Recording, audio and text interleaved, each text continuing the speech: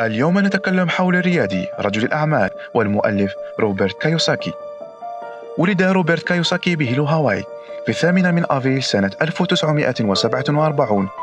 هو مؤلف كتاب الأب الغني والأب الفقير، حيث بيع منه 26 مليون نسخة، وبذلك أصبح أفضل مؤلف من حيث بيع المؤلفات لكل الأوقات.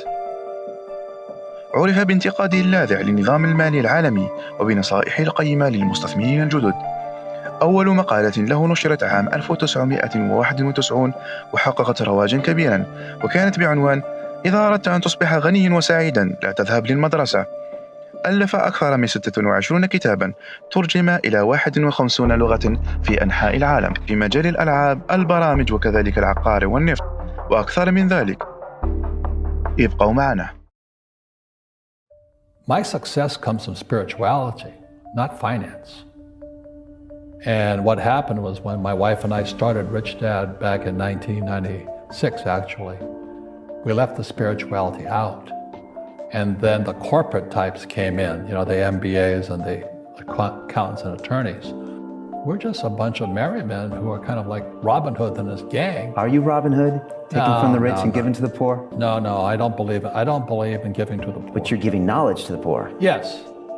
That's a very big difference. You see, people say, well, why don't you give the poor money? So the only problem with that is it just creates more poor people. Give a man a fish, he fishes for the day, or eats for the day.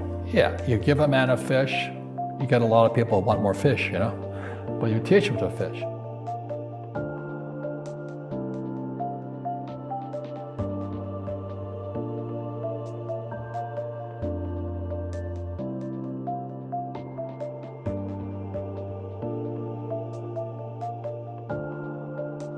This is the difference is an entrepreneur must know about money, or they're no longer entrepreneurs. And it says an employee doesn't have to know anything about money. So my rich dad started teaching me about money on one condition. And that condition was he would never pay me. He says, the moment I pay you, you think like an employee. He says, that's the trap. Entrepreneurs work for free. The moment you accept the paycheck, your brain goes dead. He just got paid. He says, as long as you're hungry, you'll think.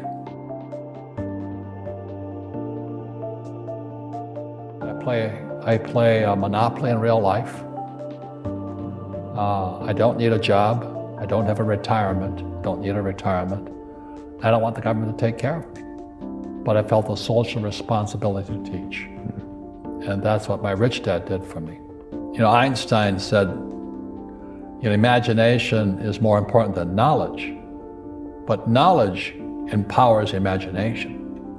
And what most people lack is real business knowledge, like accounting, like debt, like taxes. You gotta know that stuff, but they don't teach it in school to anybody. A fake teacher is somebody who just wants a job and they'll teach anything. But they really don't know what they're teaching. One of the things I suggest to people, you gotta find a real teacher versus a fake teacher. And a fake teacher is somebody who doesn't do what they teach. And a real teacher is doing what they teach every day. So my accountants, my attorneys, they're in it every single day. That's how I learn, because every day I'm solving problems in my business. So I have accountants and attorneys and bankers and all these people on speed dial because I'm solving problems with my team.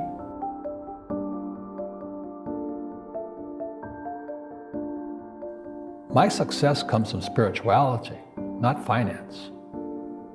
And what happened was when my wife and I started Rich Dad back in 1996, actually, we left the spirituality out.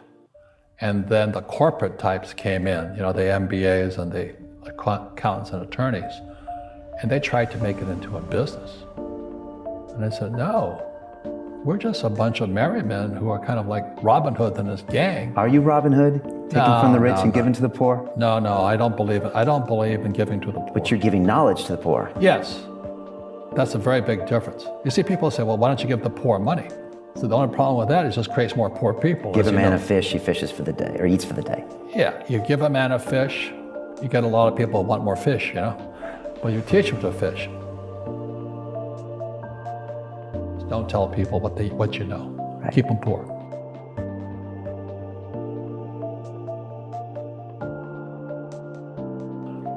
But when they say, I can't afford it or I can't do that, they go down. They become what they say.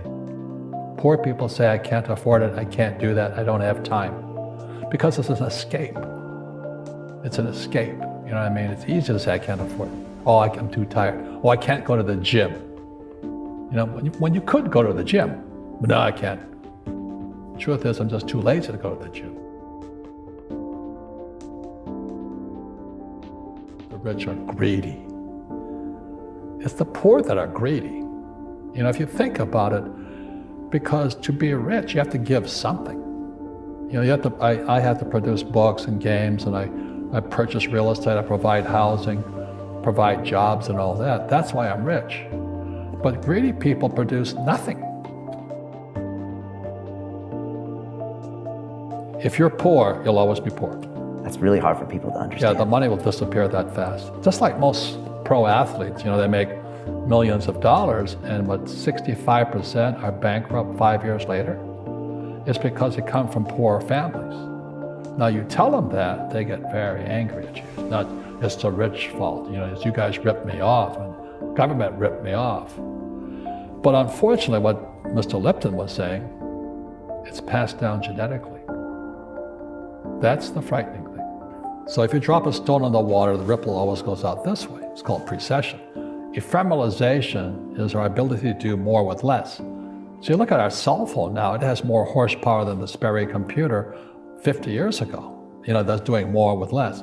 So humans are getting more and more powerful. We have more power to us. Unfortunately, we're not evolved as human beings. You know, it's horrifying. We're more antagonistic, more antisocial. You know, social media is antisocial. You know, I don't even get on the thing personally. You know, I'm very controlled at what we say, not like Trump, because it's so antisocial today. People are so antagonistic. That's the danger part. So the reason I'm speaking on spirituality, we got to evolve. You know, it means meditation, it means yoga, it means praying, it means going to church, whatever it takes. But you got to get back to calm and peace and meditation.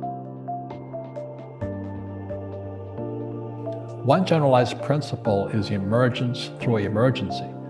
So when you look at the word emergency, the base word is emerge. And what Fuller says, the only way humans evolve is via emergency. You know, why do I have, you know, I have bad luck too. I've had financial crashes. I've had people stab me in the back, but they're all good because I grow from it. That's spirituality. Right? You know, people who are afraid of making mistakes, like they teach in school, they don't ever grow. Because spirituality is there's good and there's bad, there's right and there's wrong, there's up and there's down. Most people only want to be right. They only want to be positive. Well, you can't have that. That's not reality. Don't make mistakes and don't ask for help.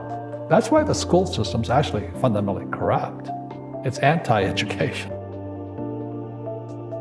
You know, the game of business is played with accountants, attorneys, bankers, hate to say it, politicians. You know, you got to know the game. So what I say to young people is, you find your game. So my game financially is business, number one. Second is real estate. And that's why I pay no taxes. That's why Trump pays no taxes. Legally, it is a combination of business and real estate that gives us an unfair advantage over employees because they don't know what to do. Well, the New York Times article is an employee mindset, and they have no financial education. Somebody said Kushner has a loophole called depreciation. I go, you idiot.